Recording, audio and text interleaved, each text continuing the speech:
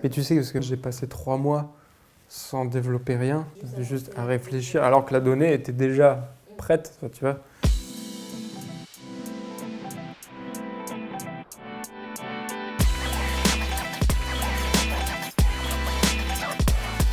Yamamotor Finance France a été créé en novembre 2018 avec une équipe de moins de 20 personnes, avec des profils pointus, qui devaient être capables de tout mettre en place pour répondre aux exigences d'un grand groupe, axé sur la production, la commercialisation et l'animation d'un réseau, mais aussi pour répondre aux exigences du secteur bancaire. Planning Analytics, c'est un outil de planification, budget, forecast, analyse à destination de la finance. On est une société de financement. Notre mission est donc de proposer des solutions de financement sur les produits de la marque Yamaha à 2 niveaux. La partie wholesale concerne le financement des stocks concessionnaires et la partie retail sur le financement des clients finaux. Il faut savoir que le secteur bancaire est un secteur qui est très réglementé. La réglementation a été renforcée suite à la crise financière de 2008. On a donc une licence pour pouvoir exercer notre activité. Les autorités de régulation contrôlent, surveillent notre stabilité, notre structure financière, ainsi que nos ratios de liquidité.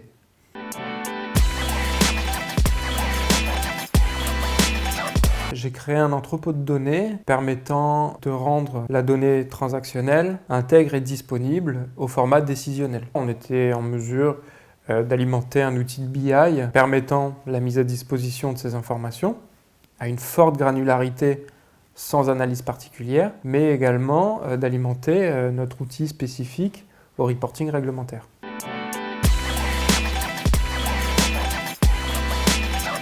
Aujourd'hui, si je reprends ma casquette de contrôleur de gestion, je sais que c'est des heures de travail sur Excel pour importer de la donnée, la retravailler, faire des calculs dans tous les sens, essayer de reboucler les chiffres systématiquement. Une fois tous ces obstacles franchis, on soumet l'information qui n'est déjà plus d'actualité puisque les hypothèses en fait ont bougé entre-temps. Depuis que Planning Analytics a été mis en place, le contrôleur financier, tous les matins, dispose de son reforecast actualisé des données de la veille. Il peut dès lors émettre de nouvelles hypothèses, jouer sur des leviers, analyser ce qui s'est passé pour comprendre le passé et pouvoir mieux anticiper le futur.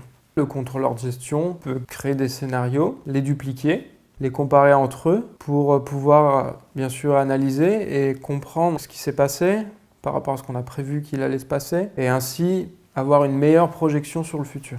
L'outil nous permet donc aujourd'hui très clairement de pouvoir rapidement livrer de l'information fraîche, fiable, ayant subi une permanence des méthodes dans la façon dont elle est construite.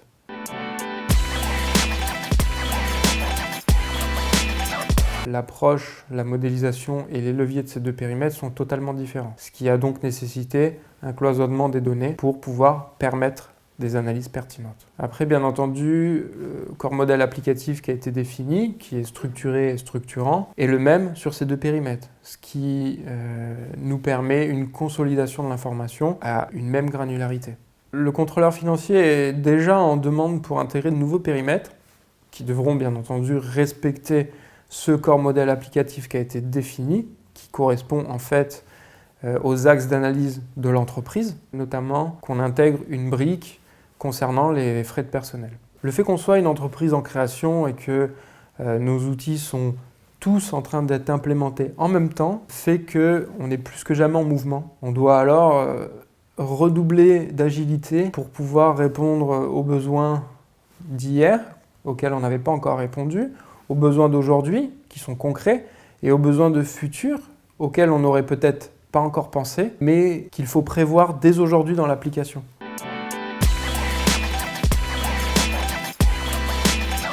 Ce que je pense moi de l'application, c'est pas vraiment important. Ce qui est important, c'est ce que pense l'utilisateur final de l'outil. Si on recueille leur avis, par exemple celui de notre contrôleur financier, qui l'utilise au quotidien, ce qu'il note, c'est que c'est une application qui est complexe et exigeante, mais très adaptable à son besoin. Il apprécie les différents niveaux de lecture que peut proposer un outil de planning comme Planning Analytics, avec différentes granularités en fonction de ce dont il a besoin de faire.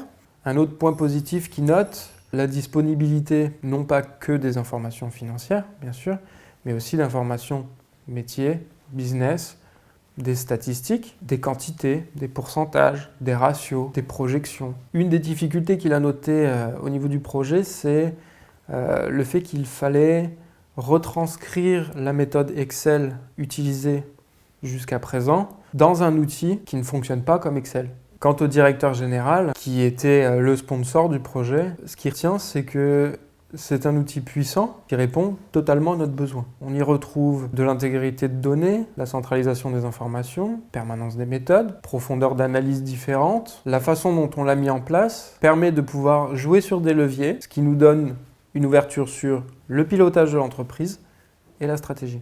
Ce qui retient, c'est que la mise en œuvre du projet a été facilitée par une anticipation en amont, un travail de la donnée qui nous a permis de pouvoir alimenter l'outil. Il note aussi, bien sûr, le fait qu'en interne, on est en possession de toutes les compétences requises à la mise en place d'un tel outil, que ce soit les compétences métiers ou les compétences techniques. Le fait que l'objectif était statique nous a grandement aidé à définir les priorités et la façon de procéder pour atteindre cet objectif. Le président, qui lui est sur une consultation quotidienne des KPI opérationnels pour le pilotage, note une prise en main rapide et simple. Et sur le projet, ce qui retient, c'est qu'il n'a pas conscience de la technique qu'il y a derrière, ce qui pour nous, équipe projet, a été le plus beau des compliments qu'on aurait pu recevoir. Enfin, le responsable des ventes, consommateur également des KPI opérationnels, note une facilité d'utilisation, une disponibilité des données, une stabilité dans ses présentations, puisqu'il n'a pas besoin de refaire tous ces tableaux, qui s'actualisent automatiquement. Et sur le projet, ce qui était important pour lui, c'était une bonne définition du besoin, de pouvoir communiquer entre les différentes sphères professionnelles. On ne parle pas le même langage. Une donnée informatique ne parle pas à un commercial. Donc réussir à traduire tout ça pour répondre aux besoins.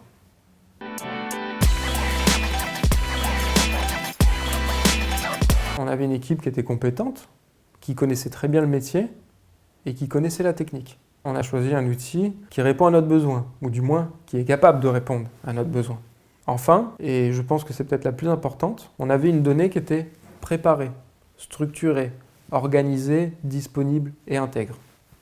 Et là, la troisième prise, elle va être d'enfer. On n'a pas le son. Clap de fin. T'as pas le truc là, Hollywood, tout ça ?